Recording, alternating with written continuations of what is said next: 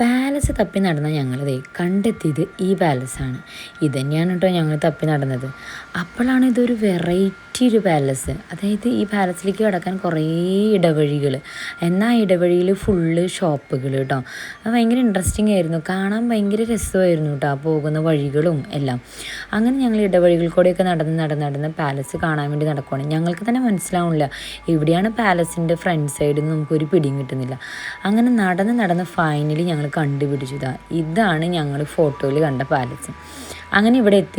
ഇപ്പോൾ ഇവിടെ അത്യാവശ്യം കുറച്ച് ആൾക്കാരൊക്കെ ഉണ്ട് കേട്ടോ. അപ്പം ഞങ്ങൾ ഇവിടെ കുറച്ച് വീഡിയോസ് എല്ലാം എടുത്തു. അത് കഴിഞ്ഞ് ഇതിനകത്തേക്ക് കയറാൻ പറ്റും നമുക്ക്. പക്ഷേ ഞങ്ങൾ നോക്കിയപ്പോൾ ഇതിനകത്ത് കയറണമെന്നുണ്ടെങ്കിൽ എന്തോ ടിക്കറ്റ് എന്തോ എടുക്കണം. അപ്പോൾ അതുകൊണ്ട് ഞങ്ങളവിടെ അകത്ത് കയറിയില്ല. ചുമ്മാ ഞങ്ങൾ അതിൻ്റെ സൈഡിൽ കൂടെയൊക്കെ നടന്ന് വീഡിയോസ് എടുക്കും കേട്ടോ. പക്ഷെ കാണാൻ നല്ല രസമായിരുന്നു പാലസ് എന്ന് പറഞ്ഞു കഴിഞ്ഞാൽ ഇത് മൊത്തത്തിൽ സ്പ്രെഡായി കിടക്കുന്ന ഒരു പാലസാണ്. അതായത് അവിടെ ഇവിടെയൊക്കെ ആയിട്ട് കുറച്ച് ബിൽഡിങ്സ് അങ്ങനെയായിരുന്നു. അപ്പോഴാണ് ഇവിടെ ഒരു അമ്മൂമ്മ ഇവിടെ കുറച്ച് ലാവൻഡറിൻ്റെ അത് ഒറിജിനലാണ് കേട്ടോ. അതായത് ഇവിടെ ഏകദേശം ജൂലൈ പകുതി വരെ ലാവൻഡറിൻ്റെ ഫാം ഉണ്ടായിരുന്നു. അപ്പോൾ അതെല്ലാം കഴിഞ്ഞ് ഇവർ ഹാർവെസ്റ്റ് ചെയ്ത ലാവൻഡറെല്ലാം ഇതുപോലെ പല സ്ഥലങ്ങളിൽ കൊണ്ടുവച്ച് സെയിൽ ചെയ്യുന്നുണ്ട്.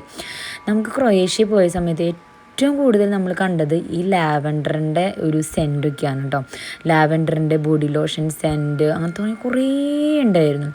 അപ്പം തന്നെ ഞങ്ങൾക്ക് മനസ്സിലായി ഇവിടെ ലാവൻഡറിൻ്റെ ഇവർക്കൊരു ഫാം ഉണ്ടായിരുന്നു, കാണണം എന്ന്. നടന്ന് ഞങ്ങൾ പിന്നെ പുറത്തേക്ക് ഇറങ്ങിയപ്പോൾ ഞങ്ങൾ എത്തിയത് ഈ സ്പ്ലിറ്റ് ഹാർബറിലാണ് കേട്ടോ.